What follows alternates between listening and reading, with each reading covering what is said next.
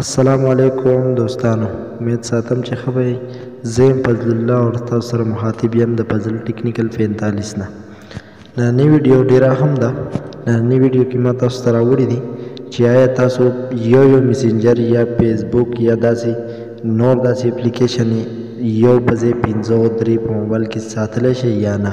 بالکل تاسو یو واټساپ نه 2-3-4 فیسبوک واټساپ هر یو چیز 5-3 ساتلی شئ. نو د ویډیو ستاسو لپاره ده. نو که دا ویډیو مو خوښه شوه نو ملګرو سره شیر کړئ او لایک کړئ، کمنټ کې خپله رایې راکړئ او زموږ د فضل ټیکنیکل 45 سبسکرایب کړئ. راځئ چې د ویډیو په طرف لاړ شو. او د دې ویډیو اپلیکیشن به تاسو ته په ډسکرپشن کې په یوټیوب کې میلاو شي او په فیسبوک کې به هم په لمنی کمنټس کې یا په لپاسه پې وي. هغه لینک باندې به کلیک کړئ او دا اپلیکیشن به انسټال کړئ ځان ته. راځئ چې ویډیو شروع کړو.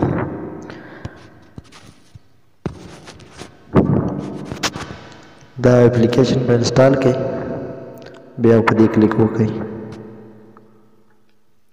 بیا په دې جمع باندې کلیک وکړئ. اوس تاسو غواړئ چې یاره واټساپ دې ما سره څو شي، 3 شي، 2 شي. دې واټساپ به کلیک کړئ. ټیک شو. اوس تاسو دې واټساپ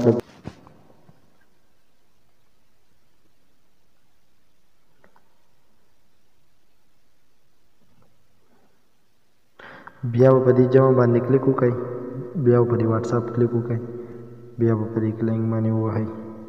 نو ګوره ستاسو سره 2 واټساپ شي. داسې مثال کې طور پر موږ فیسبوک راوالو. نو ګوره یو فیسبوک شو، دا دویم فیسبوک شو. داسې مثال میسنجر واخلئ، یو میسنجر، دا دویم میسنجر. اوس ته ګوره زه تاسو ته یم چې یاره دا میسنجر یې کولاویږي جدا جدا باندې یا نه. ګوره په دې میسنجر باندې کلیک کوم.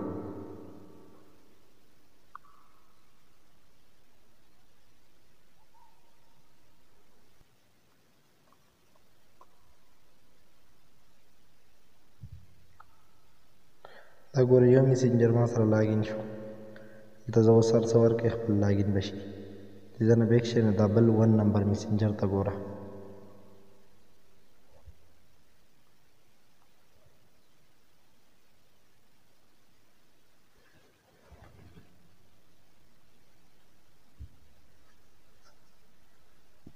دا هم زما سره ان کېدو ته دی. دلته خپل نمبر او پاسورډ ورکړئ، تاسو ته به میسنجر آن شي. داسې هر یو قسم شیز چې وي هغه اپلیکیشن تاسو ډبلولی شئ، 3 کولی شئ، 4 کولی شئ، څومره ستاسو ډماني، څومره ستاسو د فیسبوک ایډیانې هغه ټولې تاسو په دې طریقه باندې ځان نه په یو فیسبوک کې ان کولی شئ. تاسو د نورو ویډیوګانو لپاره زموږ فضل ټیکنیکل 45 سبسکرایب کړئ